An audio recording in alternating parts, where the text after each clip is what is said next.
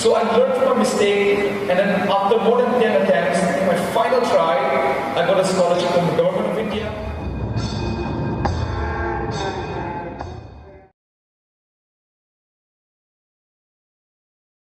Good morning to you all.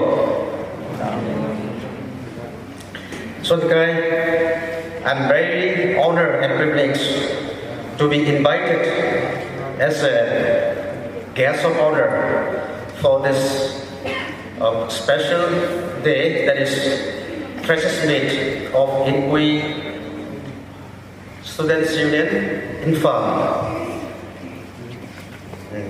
So Freshers Meet ya gap pangapeda dia kan tu sui tu ngom no jingpha in mo lari pa ga pass to kan ron nei mom high school level bi ini ngolaga siloga secondary class 12 ini lo yoga bi MA tap song no class 10 pass to rumah how big nei ni na dia ke dau thang loga Imphal Students Union omมีปุ่มขัดร้อยเด็กเราพูดทางนกร้องเราทางนกส่วนการทำโปรแกรมส่วนการทำอะไรตัวพัมพักสอบนกเราก็ห้องทำนก new innings ไปท่านคนรันเฮโร่เล่อันนี้กรอนุมันดีละบางการทำนกสั่นส่วนอะไรต่างๆคัดเขาไทยเลยนกอาจจะโปรแกรมคุณไปต้องทำเอาสุดด้วยนี่คือเราแม้อันนี้อ๋อชีพที่เราsomething to God, towards greater unity, and beyond. So to be unity himang ba. Ani belum be bawe pange. Dan yung I see of mission. E combo to ga thang lo ga. Ni yung vision bi ni yung mission dia ani unity. Sung kezo no sung samai shinga boy tong na son be to rum kan bi ya ni unity simaga ani song khas to ngam ne heroi na chin hai ba unity hai de ga ani maning lai kha ga pai ga ne maning jam hai ba song ka sung kezo no unity hai de kung ga lo lan su hai ba sung kezo no song ka hai de ga ani sung be either ada sung namang na tak ada practice to songam no Imphal ni ba Aisha Khumba lai bukong to ga ani Aisha president Mr. Now Sandebo no man fundra son kai ni Delhi bang na direct su luga sungam na song ran ne da tinran na ni leading to thong ko lang si experience of no rot le lamang agai ne dik sak shamu ke time ni bangam no ni ban ron ma sok lo ga ani ICO leader sok lo tham no haya ni mani dik swan kalam zre to khong to lang zre mani om leadership of role phai ga mani om son phai ga ani som sam to sui team towards greater unity and beyond. Unity to om song kang haya patni zale unity amjai mitam no le unity amjai family unity amjai atida hai pai dinga basa khai sumaka unity din om lambia tiga kasem kebian mame unity din song kang it comes from the family. Kun bina hawe dinuba uzaran zana church pastor rununa reverend rununa kale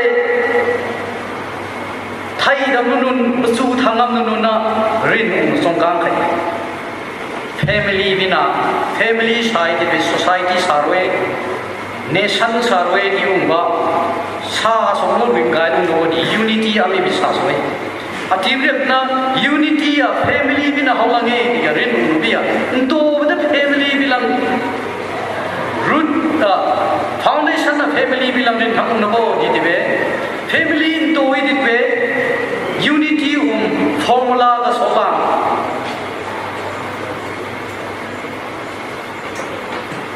ani nuna number 1 mi eat together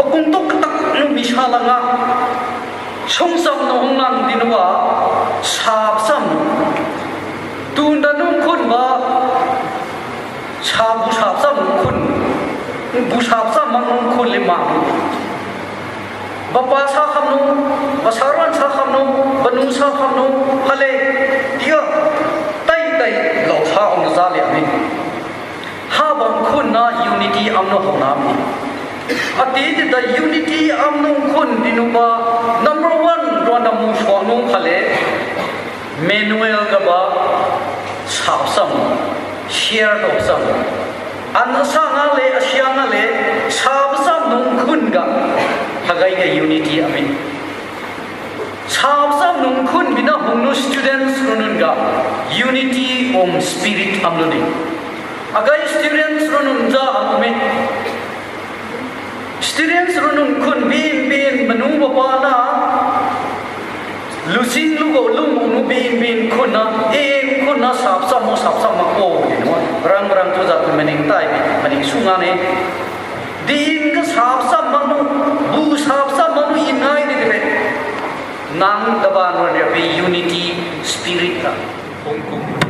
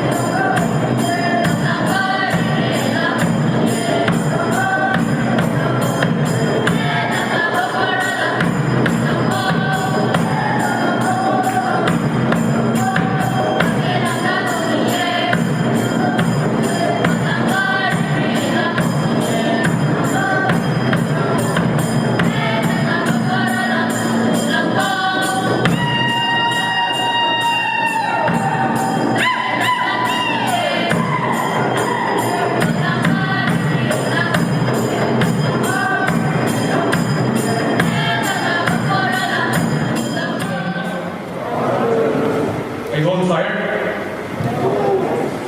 I am. So I remember at some point of time sitting there, like all of you are right now, as a fresher, when I went to Bangalore, when I went to Delhi.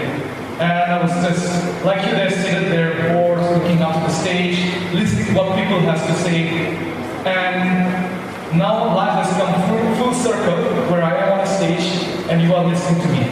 And what I want to say out of this is that, at one point of time, in the coming years, you will also be standing here on the stage and sharing your experience, sharing your story to people that are coming up right now. So, my name is Worin, Muivah. I am from Souvenir village in the Troupe district, but I was born and brought up in Imphal. So I lived in Imphal my whole life. I did my schooling in different schools, but I did my matriculation from Christ Jyoti School. And I somehow managed to get a good percentage in my class 10, right? And I don't know about the parents who are gathered here, but my parents said, oh, good percentage, you should take science. So I took science. Although I hated science, I wasn't a science person, I was more of a humanities person. But then everyone, my relatives, the locality, uncles, aunties said, why waste your percentage for humanities? Go for science. So I was young, I couldn't fight back, so I said, okay, I accepted it. So I studied science, because of my good percentage, again, getting a good percentage in class 10, a lot of freshmen are here. I'm sure you can relate, it's not difficult. If you study, because I think I could catch some of the Inpui dialect when our chief guest was speaking, because our education system is too memory-based. If you have a good memory, you just memorize everything and get good marks, right? I do the same thing. So I got a good percentage, so I got admission in Herbert. I did my 11 and 12 there, but I think I was disgraced to Herbert because I almost failed in my 11 and 12 because I wasn't a science person, right? So I finished my class 12 from Herbert, clinging by the tail of first division, and I took a year break and started going for medical coachings. And again, that was not my choice. It was a choice that was sort of imposed upon me by my family, by my society. Because the epitome of success in our society is either becoming a doctor or an engineer or an IAS officer, right? So I did that. And my whole life, the only career counseling I ever received in my life was this one sentence: Worin, study hard. You must become somebody in life. Right? That was the only career counseling I ever received. Worin, I'll go to the village. My grandparents, Worin, study hard. You must become somebody in life. My parents, study hard. You must become somebody in life. That was the only advice I received. So I knew I had to become somebody. So what is this somebody? I had no idea. So I'm guessing, in their point of view, it was either becoming a doctor or an engineer, right? So I wasn't born into a wealthy family. I wasn't born into a rich family. My parents were okay educated, but they were not educated enough to guide me, to show me the path. Worin, if you want to do this, you have to do this, you have to do this. If you want to study here, you have to go through this. I had nobody to teach me that. So my entire life was a trial and error method. So, like I said, I was going for medical coachings, and then after 3 months I gave up. I couldn't. And I told my parents, see, I don't want to waste your time. I don't want to waste my time. I don't want to waste your time. I don't want to waste your money. And this is something that I don't think I'll be able to clear. So let me do something else. And then my parents agreed. And the one reason why they wanted me to be a doctor was because they felt that being a doctor was the most noble profession. From childhood, my grandfather had always told me, Worin, you must become somebody in life. But once you become successful, become somebody in life, you have to give back to society. You have to give back to your community. Your life that you live is not for you alone. It's for the community, it's for the society. So that was one reason why my parents wanted me to be a doctor. Because it was the best way to give back to the community. But again, my personality wasn't made to be a doctor, right? So I couldn't. So at a point of time, I was wondering what I should do next. And then a friend told me there's a subject called social work. And then I said, wow, I want to help society. There's a subject called social work. I think I'll go and study this. I had no idea what the subject was. I had no idea what this course was. But just because it was social work, I went to Bangalore and I studied there. 3 years I graduated, and like every good social work student, the next step was to do Masters in Social Work from Tata Institute of Social Science. So I wrote the exam there, I got accepted, but at the same time, I applied to the Young India Fellowship. So it's a 1-year postgraduate master's program that is conducted by the University of Pennsylvania, Yale University, London School of Economics, Sciences Po Paris. So all of these top universities, they combined to introduce a master's program in liberal arts in India. And they selected only 100 from all over India. And by God's grace, I was one of those selected. So I decided to go for this program instead. So I went to Delhi. For 1 year I studied there. And then that was the year that completely changed my life. In a class of 100, the most brilliant minds in India, I was the only Northeastern boy there. Everybody else was so smart, so accomplished. They've had their degrees all from all over the world. They had worked for 4 or 5 years in the best companies. They're from IITs, IIMs, they're all my classmates. And it was so intimidating, And then, when we were brought up in a system like our Northeastern Indian system, we hardly ask questions.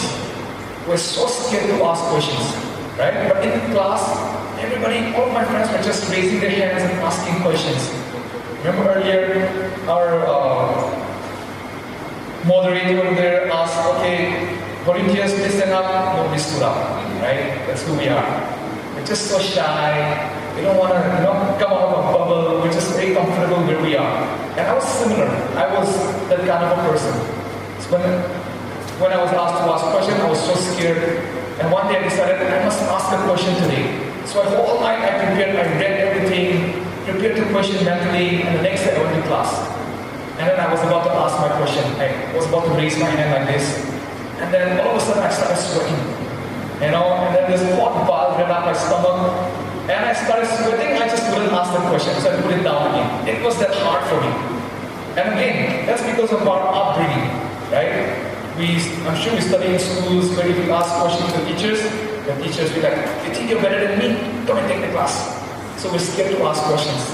Or if we ask questions, our friends from the backbenchers, right? So we get scared to ask questions. So we brought up in such a society, in such a system, that it becomes difficult for us, so we just cannot ask questions. So I had to really unlearn that habit and try my best to start asking questions. The first time I asked a question, full sweat in an AC room, full sweat. I got so wet. And then I got a bit of a confidence. I got a bit more confidence the next time I asked questions, and then it became normal, right? So that's how my experience was there. And towards the end of the program, all of my friends started, I got into Oxford University, I got into Harvard University, I got into Stanford, I got this job offer. And I looked at myself, I hadn't got into any universities, I hadn't applied for any universities. And then I realized that I wasn't even thinking of applying for scholarships, applying for a master's program abroad, because of our upbringing. The environment that we were brought up in, nobody ever encouraged us. Nobody ever told us that, Worin, if you study hard, you can go to this university outside, it's the best, you can study there, there are so many scholarships, you can apply. Nobody ever told me that. So we were made to believe that going abroad, getting a degree abroad was out of our league, that it was unattainable, unachievable, because we're poor, we're not that smart, and that was the mindset I had. But when I went to the Young India Fellowship and all my classmates started getting into all these universities, I questioned myself, if they can, why can I not? So with that renewed confidence, I started applying for master's program, and I got accepted at the International Institute of Social Studies of Erasmus University in Netherlands. Right? So I got an admission offer, but I couldn't get a scholarship. And obviously my parents can't afford the fees. If I had to pay on my own, all of the expense came to around like 50 lakhs, 50, 60 lakhs just to study masters. Even if my parents sold their whole property, we still won't be able to raise even half the money. So I deferred my admission and I started applying for scholarships while simultaneously doing my masters at Changangei University. I got rejected for more than 10 scholarships. Right? I wrote, got rejected. Again, when I look back, It was because I had nobody to ever tell me how to write essays. I didn't have anybody to proofread the essays I wrote. So I was just writing essays as if I was writing essays in my high school. So with that kind of quality, there's no way I could get admissions or scholarships. So I learned from a mistake, and then after more than 10 attempts, in my final try, I got a scholarship from the government of India. And with that scholarship, I went to the Netherlands, I did my master's, and I came back. I did my master's in human rights, peace, and conflict studies. So with a degree, I came back to India. I worked with Amnesty International in Bangalore, and then after that, I worked with a think tank in Gurgaon, and after that, I worked with a leadership development company in Bombay, and after that, I worked in a higher education institute in Ladakh, and then the first lockdown happened. So when the lockdown happened, I had a lot of time to think, right? I had a lot of time to think about my purpose in life, what I want to do, what I want to achieve. And then during that point of time, I thought about my life, I contemplated about my life, and I realized that I have been so lucky, I've been so fortunate to be in the position where I am. I look back and I look back at my friends who are much more brilliant than me in high school, who were smarter than me in college. Compared to them, I was doing much better. And the only reason why that was possible was because I received the opportunities that they didn't receive. And again, at the end of the day, I want to attribute everything to God's grace. My parents were very God-fearing, praying parents, not there. My grandparents were really God-fearing grandparents. So from a young age, they instilled the fear of God in me. And I believe that it is me being successful is a result of their prayer, right? But then again, anyway, I received a lot of opportunities. I got a scholarship to study the Young India Fellowship. That scholarship opportunity allowed me to go abroad. That opportunity allowed me to work with prestigious organizations. And that opportunity gave me a lot of wisdom. But unlike me, a lot of my friends who were smarter than me were not able to get these opportunities. And that is not because of their fault. Because we live in a society where we are just so unaware of things that are happening around the world. We are just so unaware about scholarships, about any of this. And so they couldn't go far as I did. So with this realization, I decided that I must do something for our community back home, for our people back home. There are thousands of kids coming up right now back home who have zero idea of how to be in this 21st century. And if not given a proper guidance, if not that in the proper way, they will make mistakes that will derail their future. So with that realization, I quit my job in 2020 and I came back to Manipur and I started my organization called Sept. Sept stands for Social Transformation and Educational Platform. We have 3 verticals in Sept. One is an outreach program where we travel from village to village, school to school, and we conduct teacher training programs, communication skills workshop, career counselings. We have our second vertical, which is our online skill training institute, where we train girls from the most underprivileged backgrounds. We have a huge problem of unemployment in our society, right? But we have a bigger problem of unemployability, which means we have all degrees, BA, BSc, MA, MSc, but that's the only thing you have. You have no skills. And without skills in the 21st century, you will not be able to succeed. Right? We have BA, MA pass out students who have no idea how to use MS Excel. And if you don't know how to use Excel, you will never get a job anywhere. Because every job in this 21st century demands at least you knowing how to use Microsoft Excel. Right? So what we do is we select girls from the most underprivileged backgrounds, we give them monthly stipend, and then we train them for 6 months in all of the skills. Communication skills, professional presence, Microsoft Excel, basic English, basic mathematics. So we train them for 6 months with the hope that they will get all of the skills and be able to get jobs. So the first batch graduated in February of this year. 6 of them out of the 10 have gotten jobs. They're all employed now, earning money, supporting their families. The second batch of 12 girls are having their classes. They'll graduate in November. We're hoping that all of them will do the same thing. Right? And that is our second vertical. The third is our consultancy wing, where we help students write their essays if you are interested in applying for scholarships, if you are interested in going abroad. We help you create your profile. We help you, build yourself in such a way that you are eligible for all of this. We help you prepare for interviews.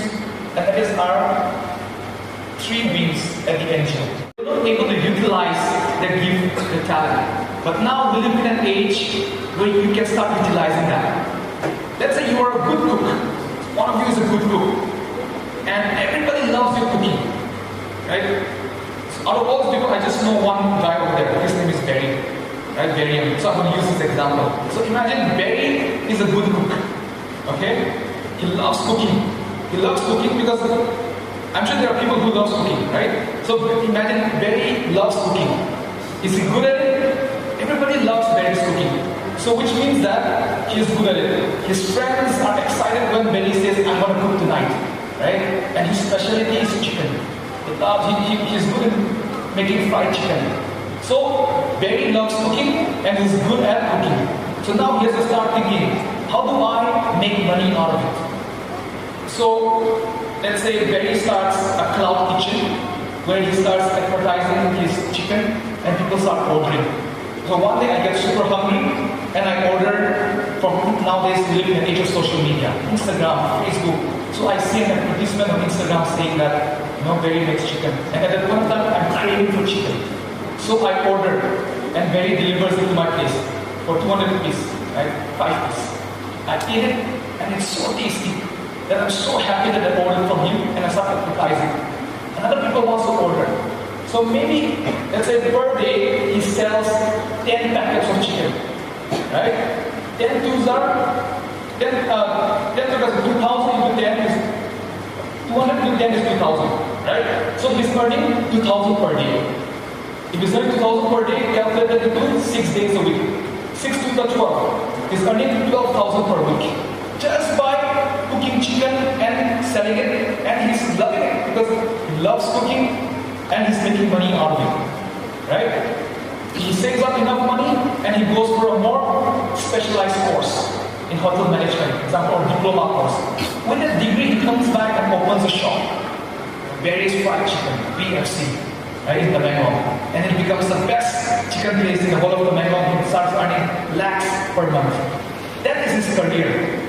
In this 21st century, it's not about being a doctor, it's not about being an engineer, it's about doing something that you love and finding happiness out of it and making money out of it. When you think about careers, if you're not making money out of it, then you really can't call it your career because your career has to bring money. It has to bring in money and may help you survive. Right? So if you love cooking and if you're making money out of cooking, would you not? I think people who love cooking would enjoy it. Because I've come across a few aunties who said, if I was born in this age, I think I would be doing a hotel business. I would be earning a lot. Because they're so good in cooking, but they are doing something else. And it's not a dream career, they're just doing that to earn money, to survive. Right? And none of us want to just exist to survive. We want to do something that we love, we want to do something that makes us happy, and we want to make that our career. So one thing that you have to keep in mind when thinking about your career choices is that one thing. Are you good at it? Is it something that you love? And can you make money out of it? And which is why you need to be aware of your personality trait. For example, if you are an introvert, you don't like talking to people, you like being alone, you like being with yourself. And then because of family pressure, let's say you crack a banking exam, so you become a bank pilot. You hate people, you don't want to interact with people, but for the rest of your life, you just keep talking to people. And okay, you'll earn money, but you will hate your job. You will not wake up every morning and say, I want to go to the bank, right? I'm not saying banking is bad. Obviously, there are so many people who love the job, but I'm just giving you an example, which is why you need to know your personality. You need to know your personality. Am I this kind of a person? So you need to know your personality, you need to know your type, and you need to know what jobs suit your personality. Right? For example, I am doing what I do right now because I love public speaking. I love interacting with people. I love talking. If some of you who hates talking is told to become somebody like me, you will not enjoy it. Right? So that's the thing. You have to know yourself as a person. you have to know yourself as an individual. And then you have to look for jobs along that line as well. Okay? No matter what, how much you try, Matthew chapter 6 verse 33 says, "Seek ye first the kingdom of God, and all these things shall be added unto you." No matter what job you're applying for, no matter what careers you're chasing, right? If you're not seeking the kingdom of God first, it will still all going to be a disaster for you. So as long as you first keep the things of God first, when you prioritize the things of God first, everything else will be added unto you. Who knows? You might not be able to figure out what your dream career is now. But if you are still focused on Christ and are faithful to Him, your dream career will be added unto you without your knowledge. Right? So as Christians, I want to make this thought with you, that whatever you do, whatever you might strive for, whatever you might want to achieve in life in the future, if you are not faithful, if you don't keep the things of God first, everything's going to be a disaster, everything's going to be a failure. So, seek ye first the kingdom of God, and all these things shall be added unto you. So with that thought, I want to end my session, and I hope to see all of you again, and I wish you all the best. For whoever is completing the Mr. and Mrs. Fresher, I wish you all the best, and may you get what you're aiming for. So thank you so much, everyone.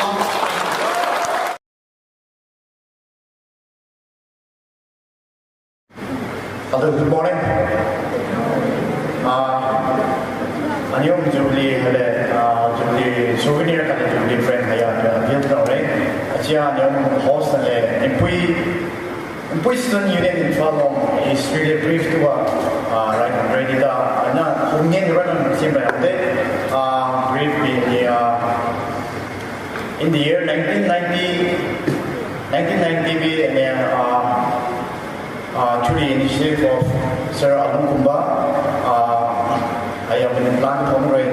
In the year 1955, I formally established with the motto that reads unity, wisdom, and prosperity.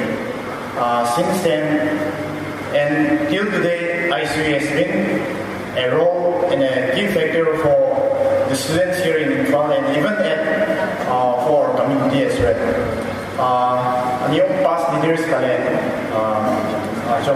leaders were running yung Souvenir 1995 to 2000 clarification yung pandemic yung sampa bibing silver Jubilee yung tukong lang Aisha Khumba social tip case yung Jubilee frame Souvenir build Aisha yung convener sa tipo Frasers meet on chairman Jubilee Paangkriang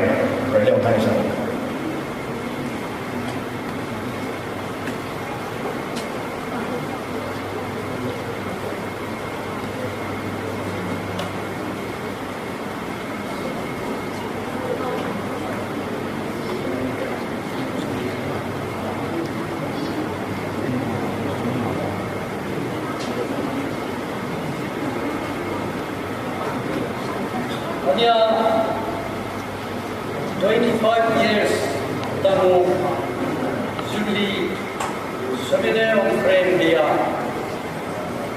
Aisha Khumba aina la Changangei kale aina frame ma students ISUE president kale ania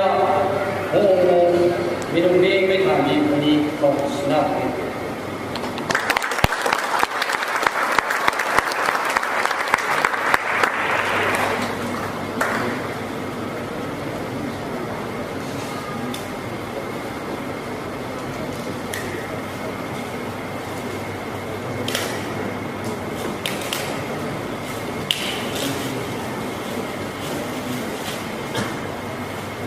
25-year silver jubilee. Inpui Students Union Imphal 1995-2020. Motto towards greater unity and beyond. Unveiled by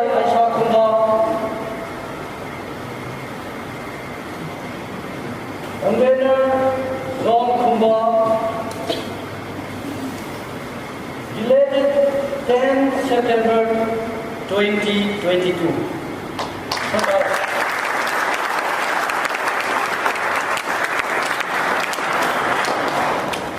Ren Khale Ayina Souvenir, Aile Binum Methani Yala Software, Silver Jubilee 1995-2022, Souvenir, Inpui Students Union, Imphal.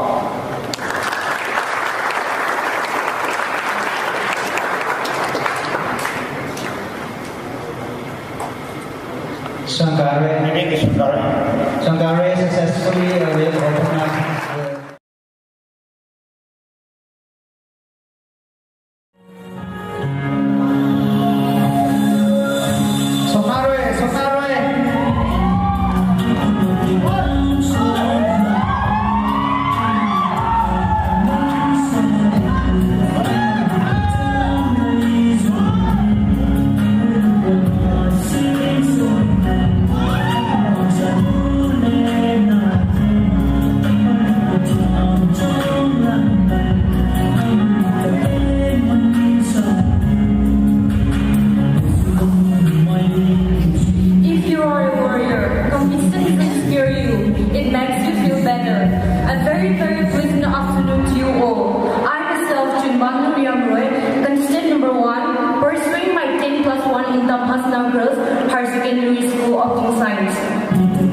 During my spare time, I love reading, playing, listening to music, and as a girl, I love doing household chores. My biggest dream is to become an army officer. That's all. Thank you.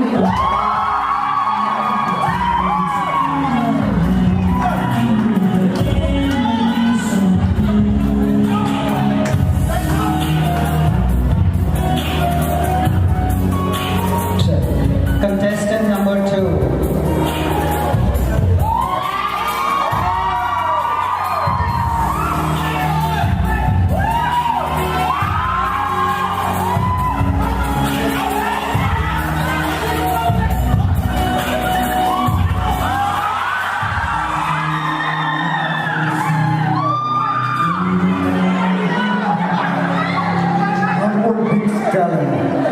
In your life, whatever you want to do, if you're a hard worker, then you can be the talent and you can become something.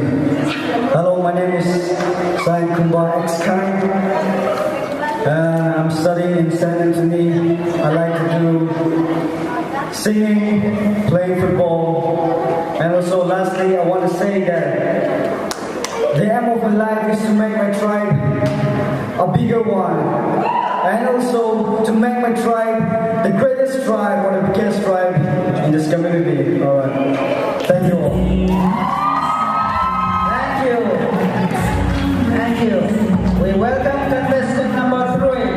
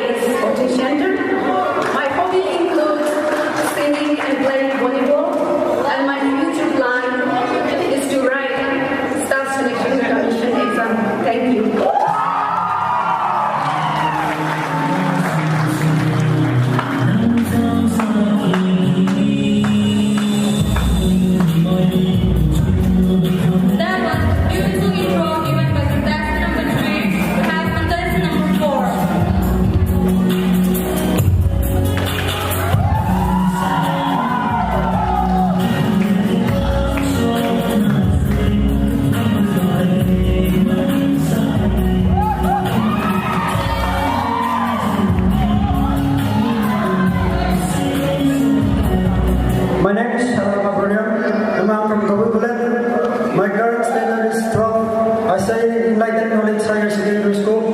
My hobby is singing, and my objective is to become a footballer.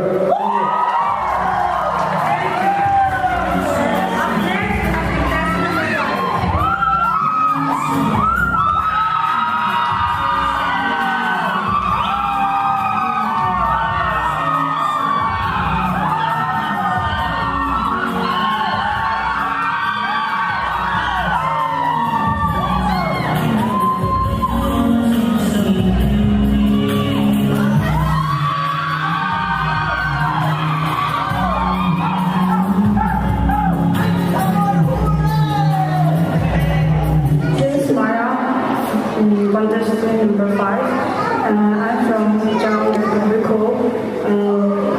I love to play and dance. I have done my schooling from Imphal Academy, and I've been pursuing basic first semester in Imphal College.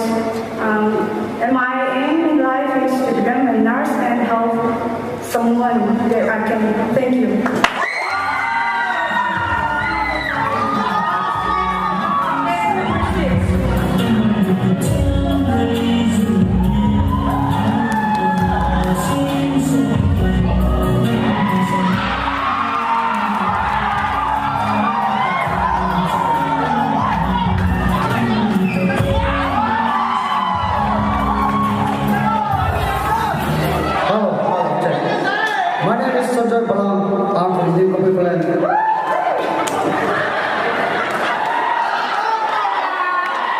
And my object is a footballer. My hobby is sleeping.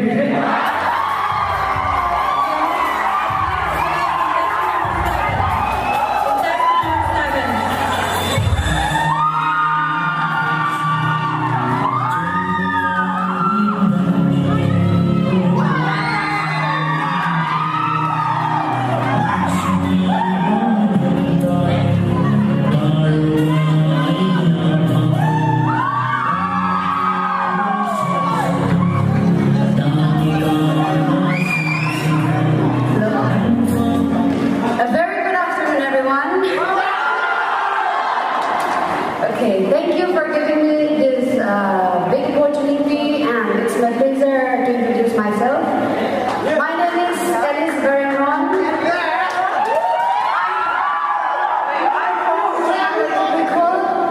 And I finished my 12 in Imphal Academy, and now I'm studying the first year in Imphal College. And my hobby is listening to music and helping my parents as well. And lastly, my aim in life is to become a cabin crew.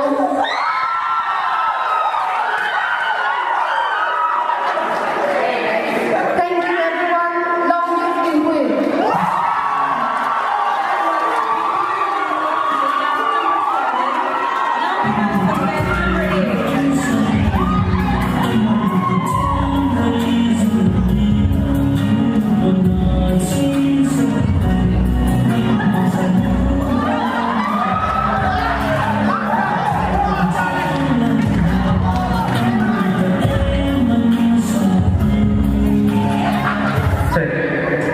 There is a saying, yesterday is history, and tomorrow is a mystery, and today is the present.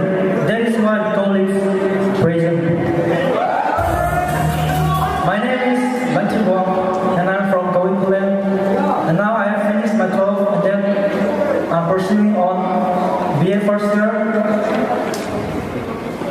My hobby is playing instrumental. My hobby is playing instrumental music.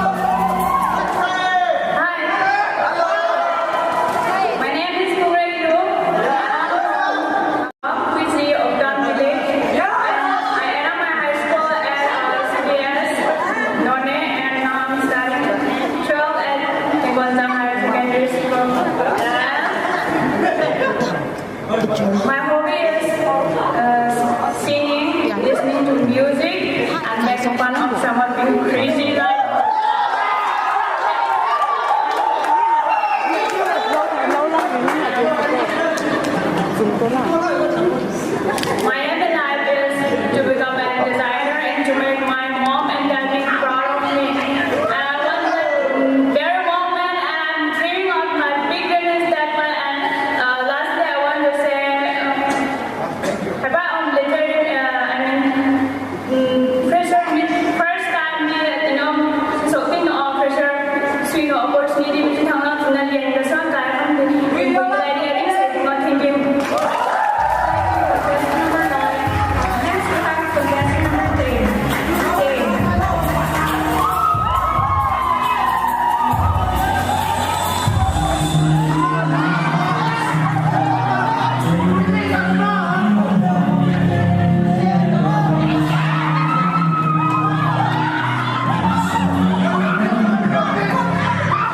My name is Worin. My standard is 12 at Paangkriang Higher Secondary School, Lone. My hobby is reading books and playing football.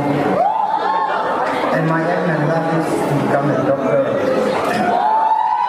And lastly, everything has beauty, but not everyone sees it. Thank you. Thank you, that's number 8. Next we have contestant number 11.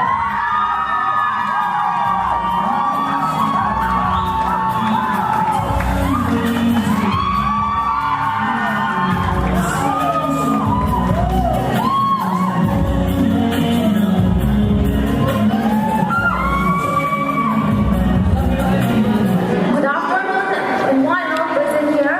First of all, I would like to thank the Inpui student unions for giving me this opportunity to be on this stage. So I'm here to introduce, and before I start introducing, let's start with my favorite quotations.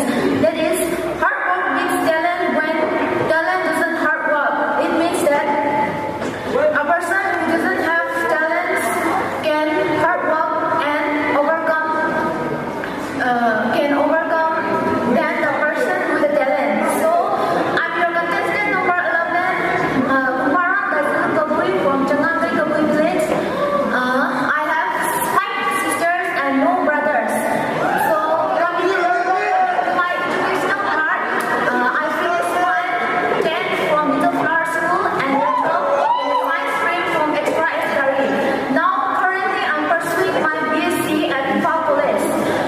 My hobbies are singing and dancing. Moreover, I'm also interested in banking. My aim in life is to become an entrepreneur. In future, if I become a successful entrepreneur, I will be ready to help the needy people and bring changes to the society. Thank you all. And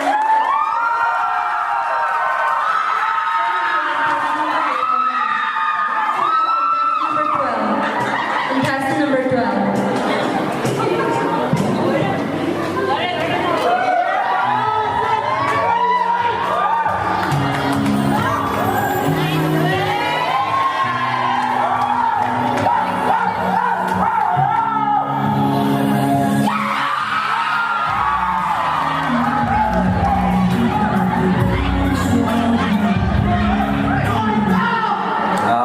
Amin na Daniel ka ay na nung take out ng umuwi atong tun ay na si Conti umuwi lo sender na ni first year dilo big sa crowd of Subar.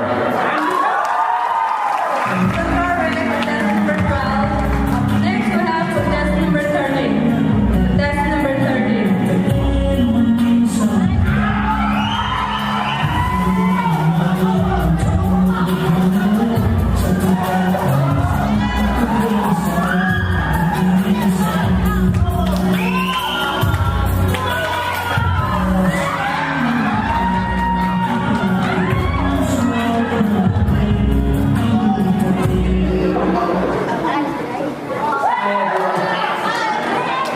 My name is I come from Kuwait.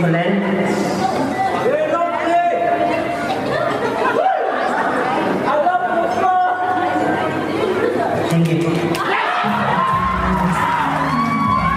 Thank you. Now we have contestant number 14. Contestant number 14.